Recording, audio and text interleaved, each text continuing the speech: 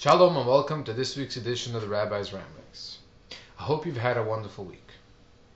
Today we're going to talk about equality. It is actually not a modern cause. It is one that was brought up by Korach in this week's Torah portion.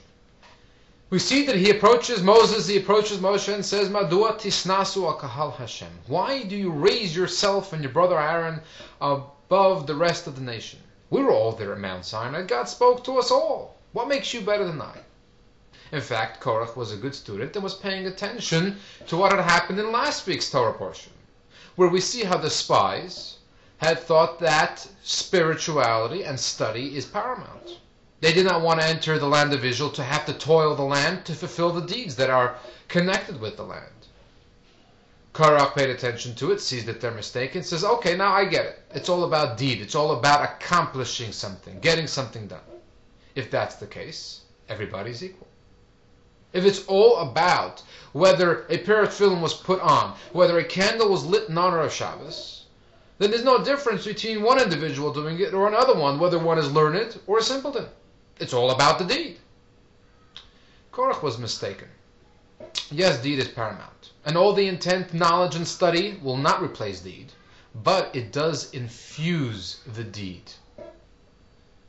We cannot compare doing something just because Hashem said so with when after we study it, and we are guided by a leader that Hashem appoints for us, that will be able to show us and reveal the inner intent and purpose of a mitzvah, then we can not only put on tefillin and light Shabbos candles, but we can understand why we're doing it. We can not only keep Shabbos, we can feel for Shabbos. But we see that not only in the time of the desert did Hashem appoint a leader like Moshe, that can help us understand to the best of our abilities what is behind the mitzvah. But Hashem appointed a leader throughout every one of our generations.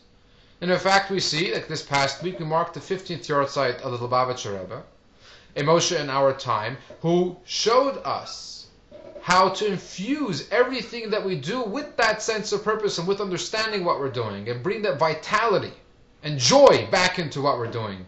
Because you cannot compare a mitzvah that is done just out of rote practice as opposed to one doing it with understanding and feeling. So yes, we're all equal, but there are those who are more equal than us. There is a leader who Hashem appoints that guides us to the inner purpose and meaning of our lives in general and all the mitzvahs that we do. And remember, you matter, so make a difference. Shabbat Shalom.